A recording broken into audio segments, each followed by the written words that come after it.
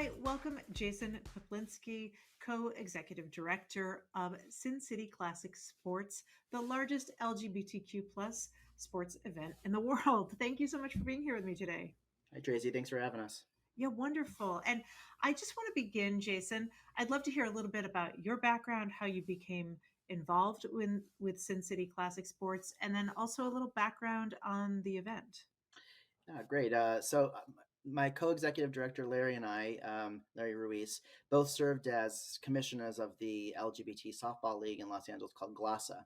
Yeah. GLASA started this event. So as commissioners of the league, we had always been sort of involved in the festival. And unfortunately, a couple of years ago, our executive director, Ken Scarce, passed away, and Larry and I were sort of thrust into leading the festival. And one of the unique things I think is awesome about our group is that we are a complete volunteer run organization and festival, which is pretty incredible for the size of the event and the amount of money that we take in. My background, I was a school district superintendent until I retired, and was involved in the league at many other levels prior to becoming the commissioner. And Larry runs his own financial planning business, and we both thankfully sort of have time in our schedules now to devote to Sin City, because it is frankly a full-time job for part of the year. Yeah, I'm sure it is. Yeah, would you talk a little bit about it's more than 10,000 participants? Yeah, Would you so say around that? annually we have over 10,000 participants, and we've grown from a simple softball tournament that used to gather about 100 teams in Las Vegas, Mhm. starting back in 2008, to now where we have anywhere from 20 to 25 sports annually, Mhm. 10,000 plus participants and allies that come, some amazing sponsor relationships that now we've curated over the years, and some great parties and talent that arrives at the festival, and happens over Martin Luther King weekend every single year.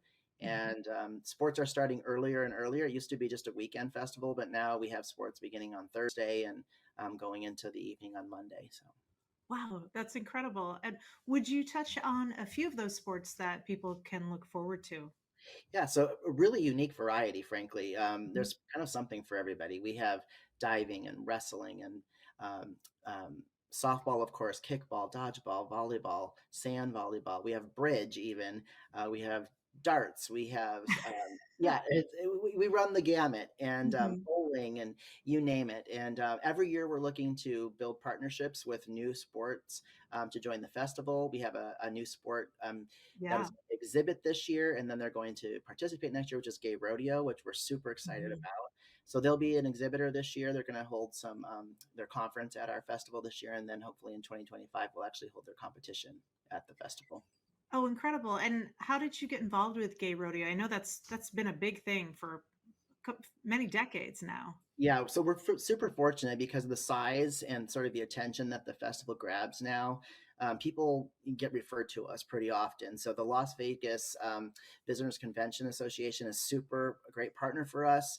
They direct people to us all the time. And then, of course, just by the nature of like last year, our closing party ended up in People Magazine because JoJo was performing, and we Mm. just get a lot of attention now. Things like you all, the advocate, doing these types of interviews will highlight even more so for people who may not know about the festival. And our website's pretty prolific, so people can find us pretty easily. And we have a great marketing team and digital team led by Lucas Mariano and Nick Berry. And most of us, like I said, are doing roles that either coincide with what we did professionally or in some cases not at all. But Mhm. in Nick's case, he's a social content producer on America's Got Talent. So we have a good connection That's there. good.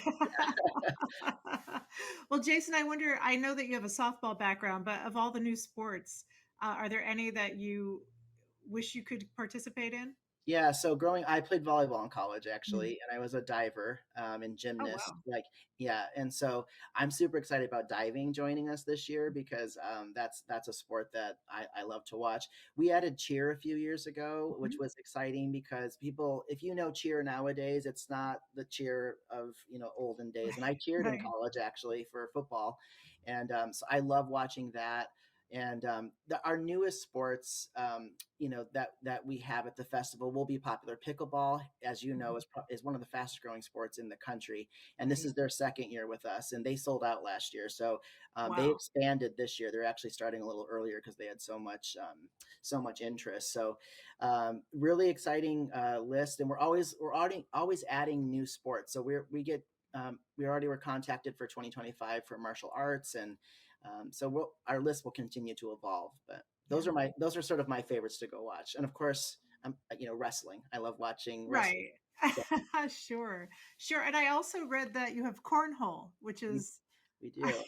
wild. And cornhole is a special event for us because our one of our parent organization is called NAGA, and Pride softball is the softball version of that. But NAGA is the North American Gay Amateur Athletic Association, Mm. and they have started a scholarship in our executive director's name, Ken Scarce, who passed away. So our cornhole for charity event takes place on Friday, and it'll be between 40 and 50 teams, and Oh, everything that's earned in that festival and that tournament goes towards the annual scholarship in Ken's name, that NAGA mm. awards. So we're super proud of that, and that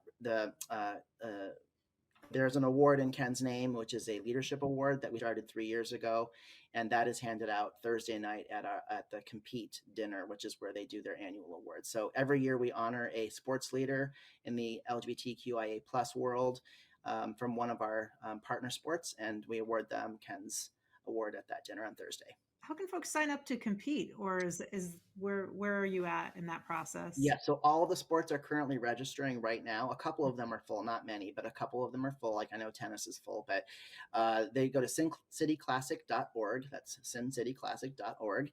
And all Mhm. of the sports have a registration page. If you just click on sports and go to the individual sport, they all have their own individual registration page.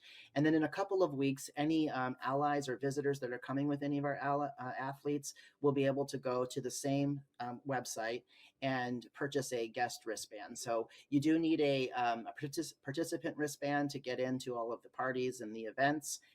Also, that wristband comes with like discounts and things at some of the events throughout the weekend. But those will go on sale in a couple of weeks. Great, thank you. And I just wanted to ask you a bit about it. I know it was a different climate back in 2008 when the softball classic began.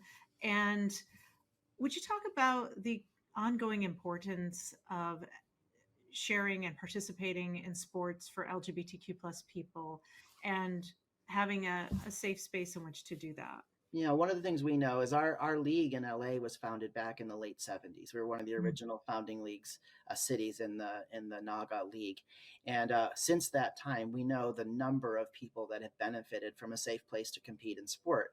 And our festival is only sort of an exemplary example of that. And we encourage everyone that participates in the festival to come. And we know that we're going to provide a safe space for them to compete in sport, but also to develop community Yeah. and to register and to participate in the sports as they identify. And we have had just such a success throughout the years of creating that space for our community. And what's interesting is we're having more and more just visitors to the festival every Mm. single year that aren't there to participate in a sport, but they're just there to watch and attend the parties. And it's really been a wonderful experience to watch so many people year after year. And we have to keep in mind too, Tracy, that people that come to the festival, they come from all over the country. Yeah. We live in Los Angeles, so we're used to being able to you know, be out and be out in the community and play softball and not be fearful of what might come of that. And so we understand that people come from all over the country to the festival. And this may be the one weekend a year that they do get to participate in sport in a community that they feel most comfortable and safe. So we really cherish that and we take it very seriously. And we so look forward to welcoming people from around the country and world. We had people from the gay games there last year. So Incredible. That's incredible. Well, Jason, I want to give you an opportunity if there's something else that we haven't touched on regarding Sin City Classic sports that, I want to give you that chance to get yeah, that information out there. thank you so much. We're so grateful to our corporate sponsors, and I just want to Mm. make sure that we mention Lexus and Tito's and Beef Healthcare and Mister. and of course our club sponsors in Piranha, Gypsy, and Queen, because we frankly are, as I said, a volunteer organization. We take in a pretty extraordinary amount of money for a volunteer group every year to run this festival, and we're always looking for new corporate sponsors that are excited or interested in being involved with an LGBTQIA plus organization. Jason Peplinski, co executive director of Sin City Classic Sports, thank you so much for joining me here today. Thank you, Tracy.